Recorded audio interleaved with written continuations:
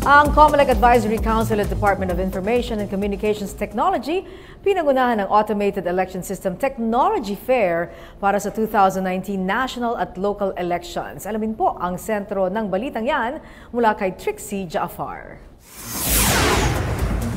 Isinagawa ng COMELEC Advisory Council sa pakikipagtulungan ng Department of Information and Communications Technology ang Automated Election System Technology Fair kung saan nagkaroon ng demonstrasyon ang iba't ibang AES providers at developers ng mga pinakabagong teknolohiya na maaaring gamitin para sa 2019 national at local elections. Ayon kay CAC Chairman at DICT Secretary Rodolfo Salalima, layunin ng nasabing tech fair na matukoy ng CAC kung ano ang kanilang irerekomendang pinakamaayos at epektibong AES technology na maaaring gamitin ng poll body o COMELEC para sa eleksyon.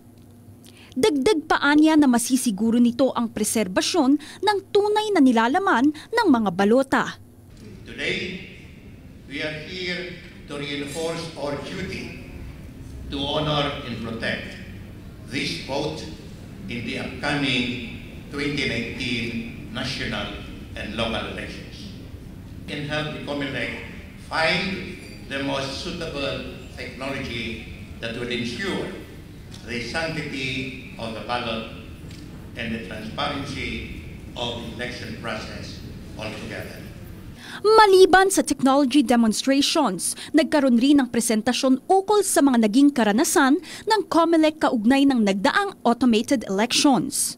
Sinabi naman ni COMELEC Chairman Andres Bautista na bukas ang poll body sa makabagong posibilidad sa pamamagitan ng rekomendasyon ng CAC para sa 2019 national at local elections.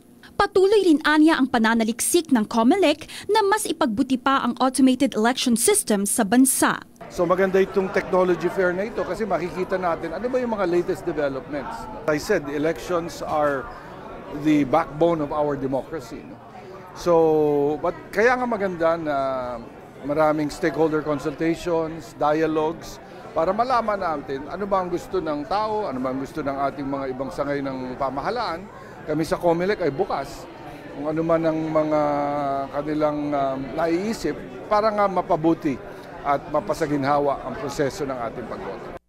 Kabilang sa mga lumahok na AES providers at developers ay ang Precinct Automated Tallying System, Transparent Election System, Smartmatic International Corporation, IP Converged Data Services, Laxton Group, DBP Data Center at Aeronet Solutions Integrator Incorporation. Nasasaad sa ilalim ng Republic Act No. 9369 na ang CCAC ay may mandato upang magbigay ng rekomendasyon sa COMELEC ng pinaka-appropriate, secure, applicable at cost-effective technology na gagamitin sa automated election system. Trixie Jaafar para sa Bayan.